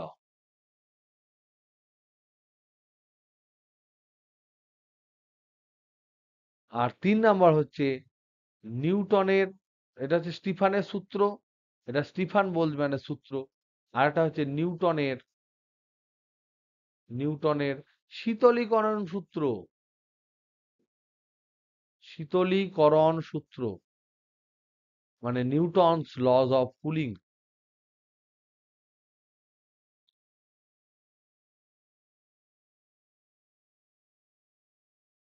আর এইটা থেকে এইটাকে প্রমাণ, এইটা থেকে এটাকে প্রমাণ। এইটুকু করলেই আমাদের মোটামুটি এই চ্যাপ্টারটার মধ্যে কোশ্চেন যা পড়বে আমরা করতে পারবো। খুব ইজি, একদম টাফ নয়, প্রচন্ড সহজ। আমি উইন্স ডিসপ্লেসমেন্ট লটাকে 3 নম্বর করে দিলাম, এটাকে 2 নম্বর করে দিলাম, তাহলে ইজি হয়ে যাবে। তাহলে প্রথম হচ্ছে স্টিফানস ল। এই স্টিফানস ল দিয়ে সূর্যের তাপমাত্রা মাপা যায়। স্টিফানস ল হচ্ছে ভেরি ইম্পর্টেন্ট ল। তারপর আমরা নিউটনের শীতলীকরণ সূত্রটা পড়বো, যে একটা বস্তু কত তাড়াতাড়ি ঠান্ডা হয় তার একটা সূত্র আছে। এবার আমরা স্টিফানস ল থেকে নিউটনের শীতলীকরণ সূত্রটাকে প্রমাণ করব। করার পর আমরা উইন্স ডিসপ্লেসমেন্ট লটা বোঝার চেষ্টা করব। আজকে আমি আর নতুন করে ওই তোমাদের হিটের কোনো জায়গাগুলো আর যাওয়ার চেষ্টা করব না, এটুকু করিয়ে দিয়ে তোমাদের ছেড়ে দেবো। ওকে, নেক্সট। স্টিফানের বানান কি?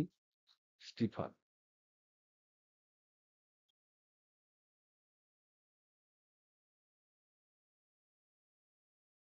স্টিফানের সূত্র।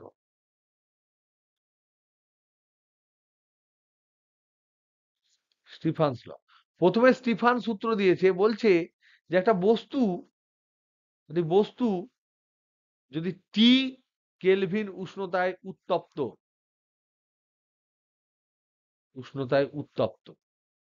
একটা বস্তুকে গরম করেছো টি কেলভিন উষ্ণতায়, তাহলে সেই বস্তুটা তার একক ক্ষেত্রফলে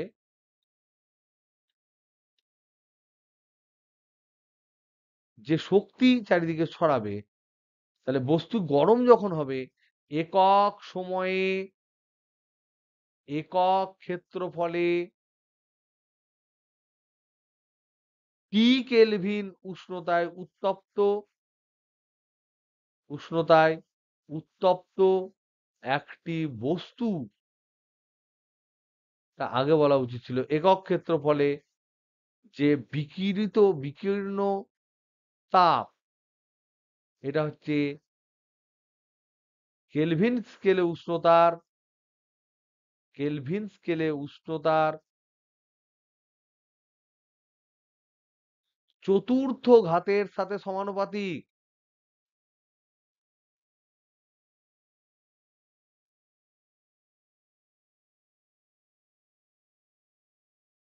মানে কি, যদি আমি ধরি একক ক্ষেত্রফলে একক সময়ে বিকীর্ণ তাপ, এটাকে যদি আমি ই ধরি, তাহলে আর তাপমাত্রা যদি আমরা টি ধরেছি, তাহলে E is proportional to T to the power 4। এটা প্রথমে স্টিফান বলেছিল, বলার পর ও জিভ কামড়ে দিয়েছে, কারণ বোলজম্যান বলছে যে ও তো টি ডিগ্রি সেন্টিগ্রেড উষ্ণতায় আছে, তো অন্য বস্তু কি ছেড়ে দেবে পাশের বস্তুটা? সেও তো বিকিরণ করে ওর মধ্যে দিয়ে কিছুটা ঢুকিয়ে দেবে। তাহলে উনি বলছেন যে এটা সব জায়গায় যে একই রকম বিকিরণ করবে তা নয়, এ পরিপার্শ্বের উপরেও নির্ভর করবে, বাইরের তাপমাত্রার উপরেও নির্ভর করবে, শুধু নিজেরটা দেখলে হবে না। কারণ তার পাশে যদি একই উষ্ণতার একটা বস্তু থাকে, তাহলে কিছুই বিকিরণ করবে না। স্টিফানের পর বোলজম্যান কারেকশন করলেন, তাহলে E is proportional to T to the power 4 হলো। এটা হওয়ার পর ই সমান হলো sigma T to the power 4। এই যে সিগমা, এই সিগমাটা হচ্ছে প্রপোর্শনাল কনস্ট্যান্ট, সমানুপাতিক ধ্রুবক।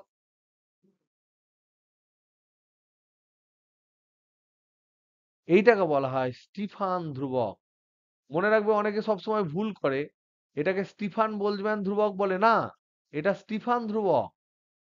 ধ্রুবকের মান কিন্তু একই। তাহলে স্টিফান ধ্রুবক যে চলে এলো, সঙ্গে সঙ্গে এর মাত্রা লিখে ফেলতে হবে, এর একক লিখে ফেলতে হবে।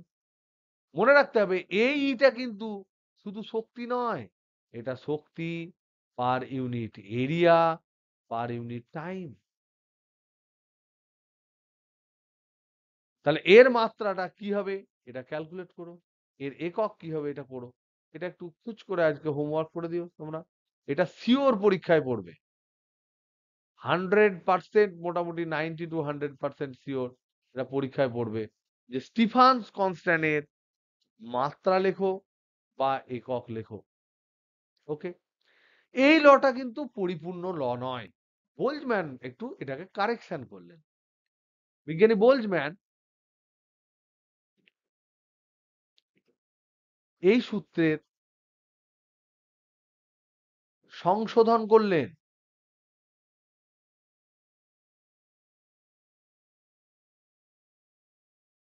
কি বললেন? তিনি বললেন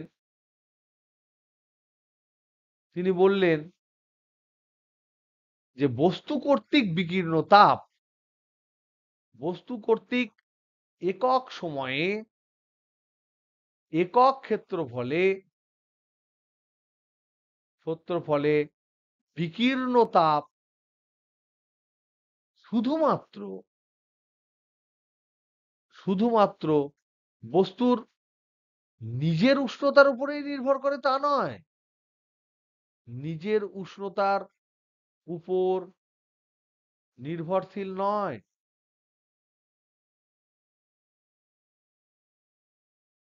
বরং এটি পরিপার্শ্বের উষ্ণতার উপরেও নির্ভর করে। পরিপার্শ্বের উষ্ণতার উপরেও নির্ভর করে।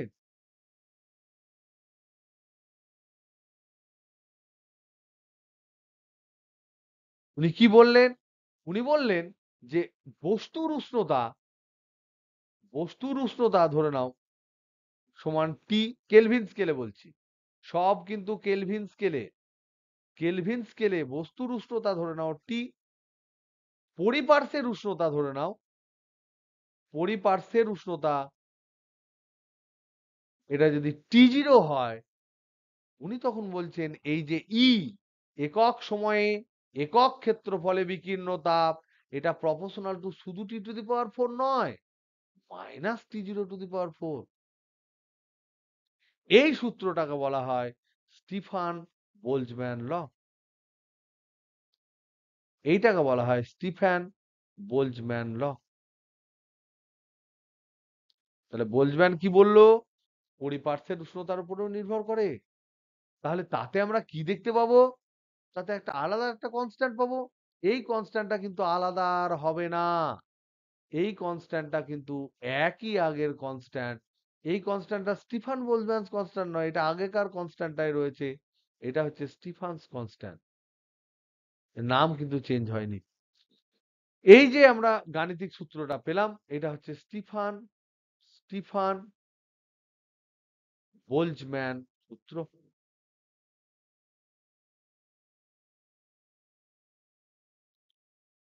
এই কঠিন লাগলো এটা?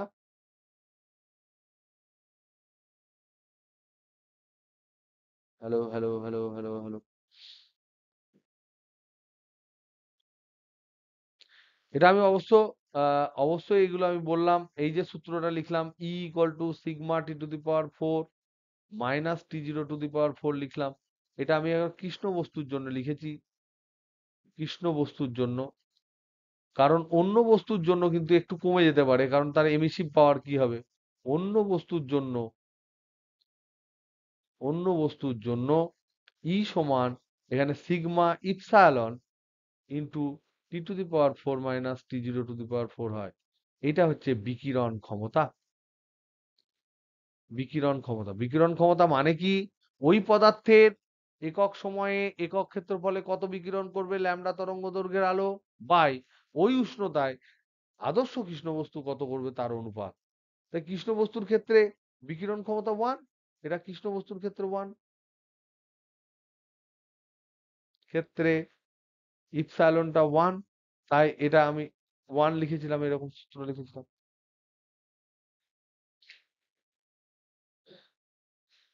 এ কি তোমাদের বোঝা গেল না ভুলভাল বললাম? বুঝতে পারোনি? এই সিগমা এর মান হচ্ছে 5.67, সরি 67 ইন্টু 10⁻⁻, মাইনাস মাইনাস 8 হবে তো, এটা -8 জুল, মানে watt metre to the power -2 kelvin to the power -4।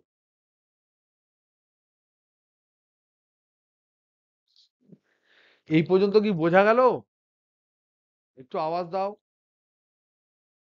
আর সবাই বলো।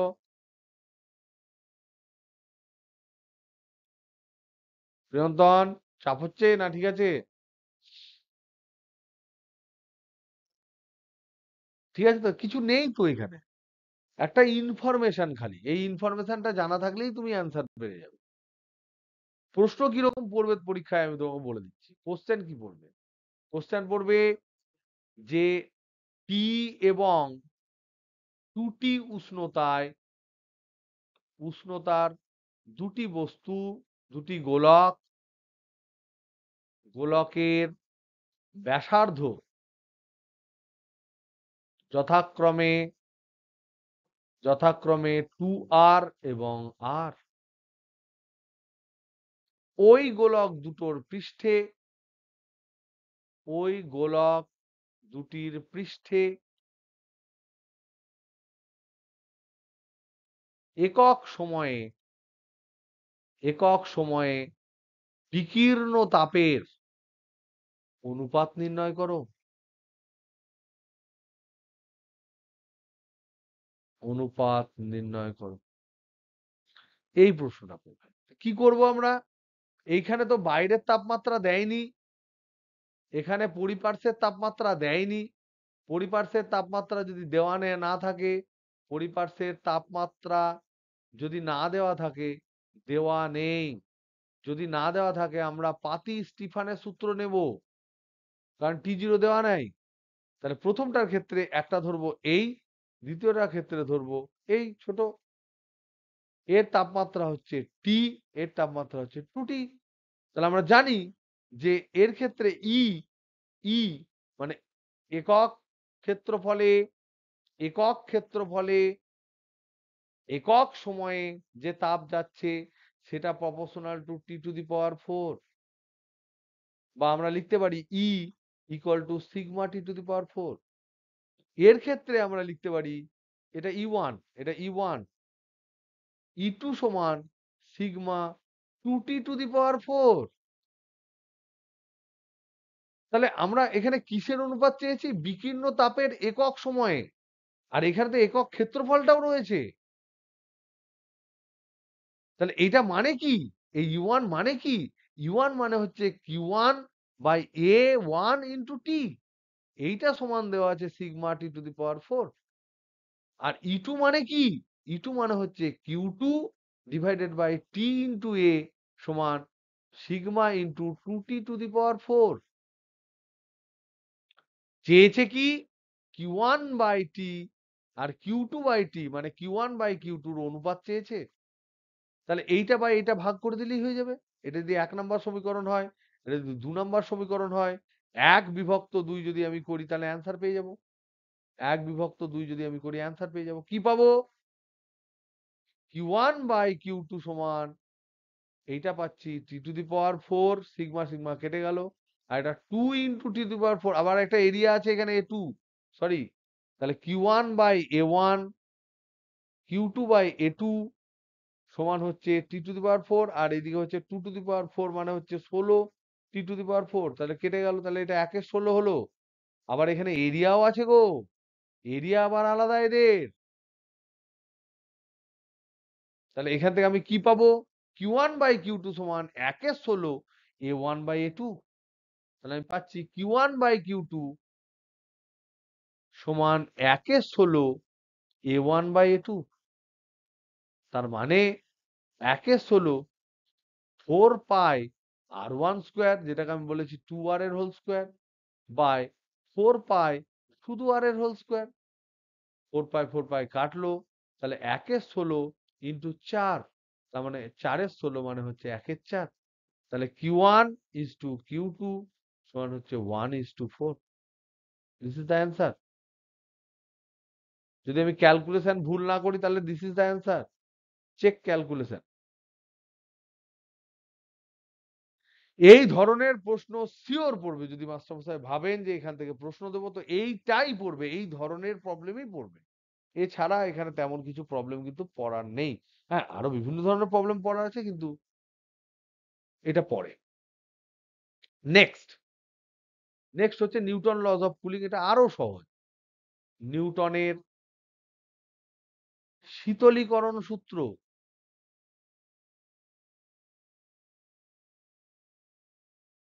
কি বলছে? নিউটন বলছে যে একটি বস্তু যদি টি কেলভিন উষ্ণতায় থাকে এবং পরিপার্শ্ব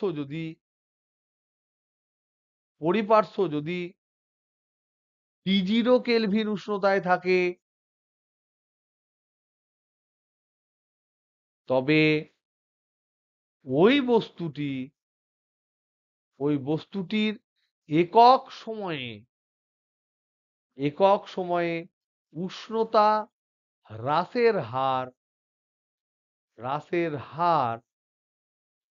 T-T0 এর সমানুপাতিক।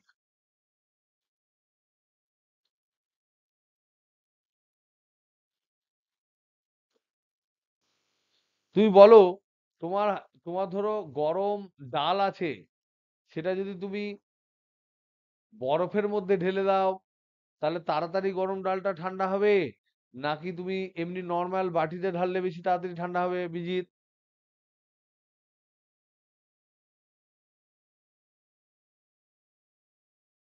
বিজিত ঘুমিয়ে গেছে। কেউ আছো? একটা বস্তু আছে, বড় বাটিটা না, বরফে, বরফ, ধর বরফে ঢেলে দিয়েছি। একটা ধর গরম ডাল আছে, একটা বরফ গলা জলে ঢেলে দিয়েছিস ডাল। আর একটা ডাল আছে, সেটা নর্মাল একটা জলে ঢেলে দিয়েছিস ডাল। তাহলে কোনটা তাড়াতাড়ি ঠান্ডা হবে? কোন ডালটা কোন প্রসঙ্গে মানে কোন কেসে তাড়াতাড়ি ঠান্ডা হবে? তাহলে পরিপার্শ্ব টেম্পারেচার যদি কম হয়, ডিফারেন্স যদি বেশি হয়ে যায়, তাহলে হু হু করে ঠান্ডা হবে। আমরা যদি ধর এসির সামনে বসে থাকি, আমাদের গা হাত পা ঠান্ডা হয়ে যায় কেন? তার কারণ হচ্ছে আমার গায়ের তাপমাত্রা আর এসির বাতাসের তাপমাত্রার তফাৎ বেশি, তাই আমি বেশি বেশি পরিমাণ তার তাপমাত্রা হারিয়ে ফেলি। তাই বলছে আমার তাপমাত্রা বস্তু, এটা বস্তুর তাপমাত্রা ধর T0, বাইরের তাপমাত্রা হচ্ছে T0 হচ্ছে পরিপার্শ্ব তাপমাত্রা যদি হয়, পরিপার্শ্ব।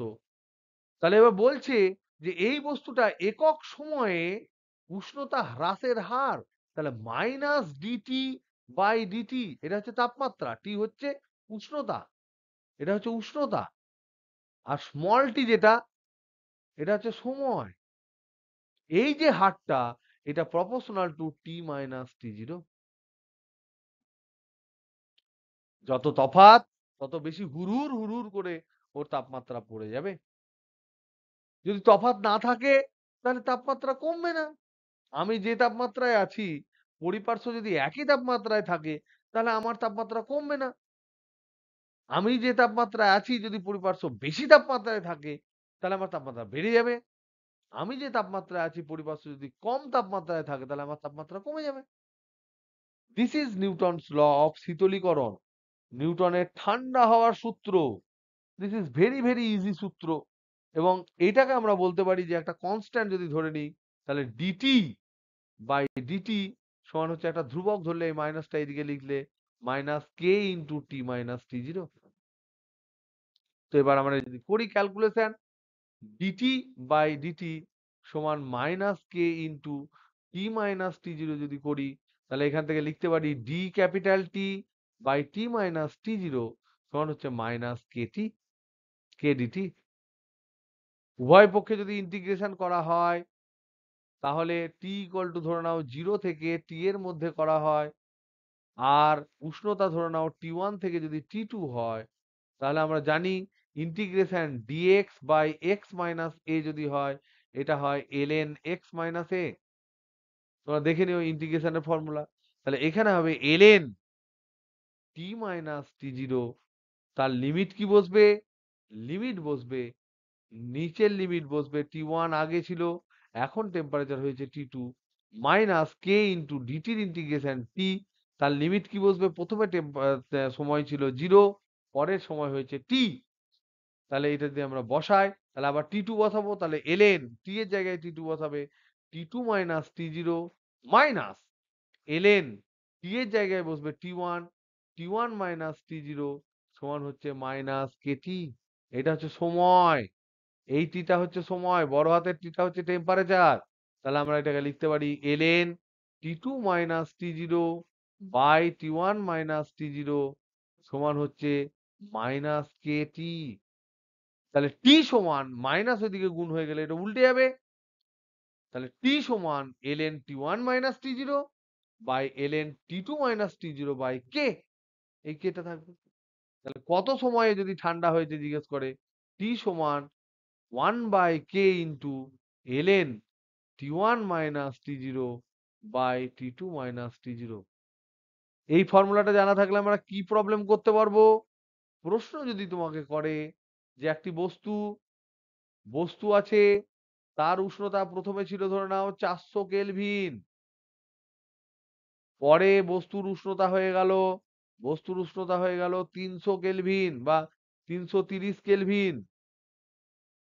পরিপার্শ্বের উষ্ণতা ধরে নাও, পরিপার্শ্ব আছে ধরে নাও 300 কেলভিনে। এই ধ্রুবকের মান ধরে নাও দিয়ে দিয়েছে, কে সমান ধরে নাও 1 দিয়েছে। নিয়ে জিজ্ঞেস করলো প্রয়োজনীয় সময় কত,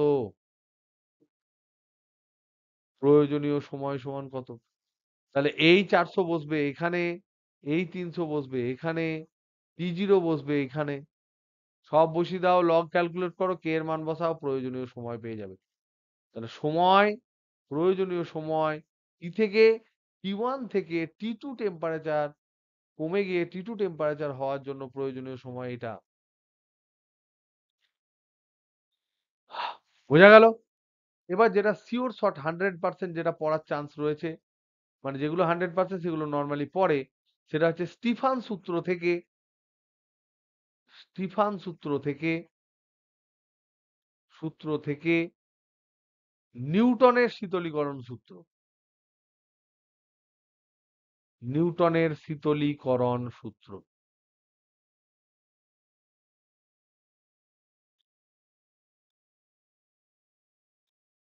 স্টিফান সূত্র কি ছিল?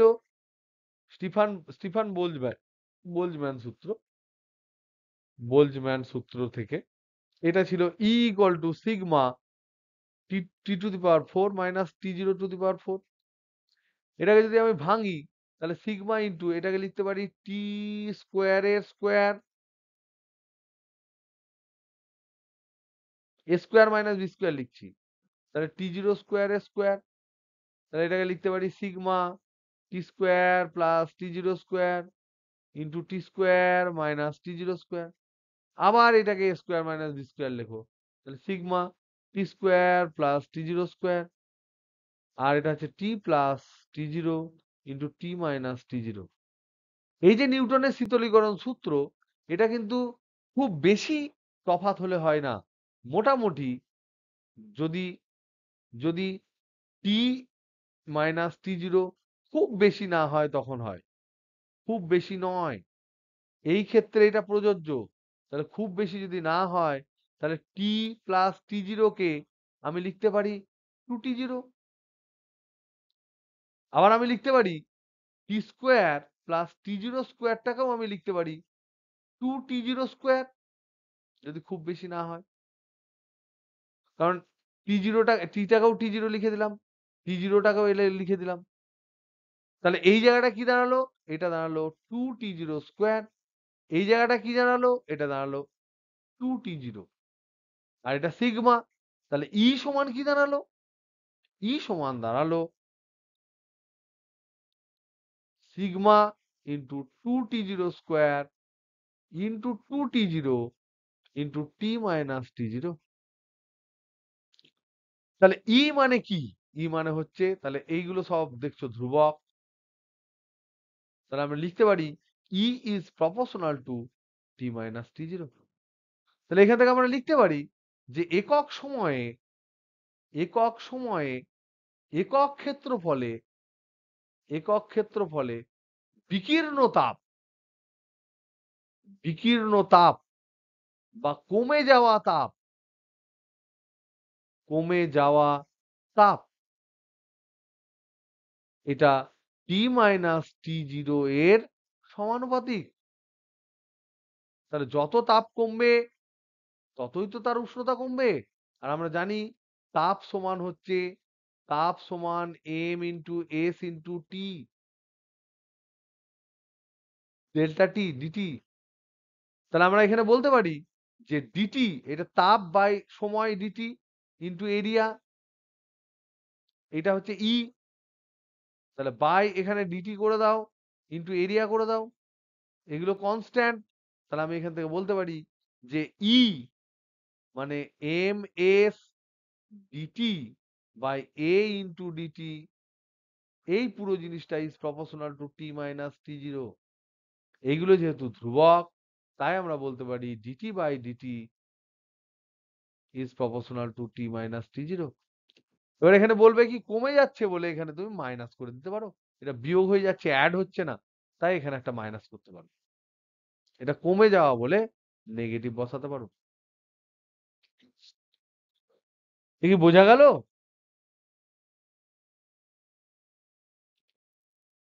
Hello, hello, hello, hello, hello. চাপ হলো?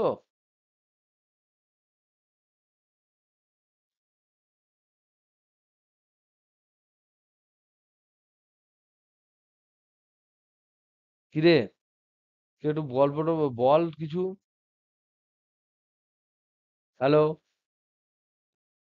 সবাই কেউ নেই? ঠিক আছে। তাহলে এই উইন্স ডিসপ্লেসমেন্ট ল আমরা বাদ রাখলাম।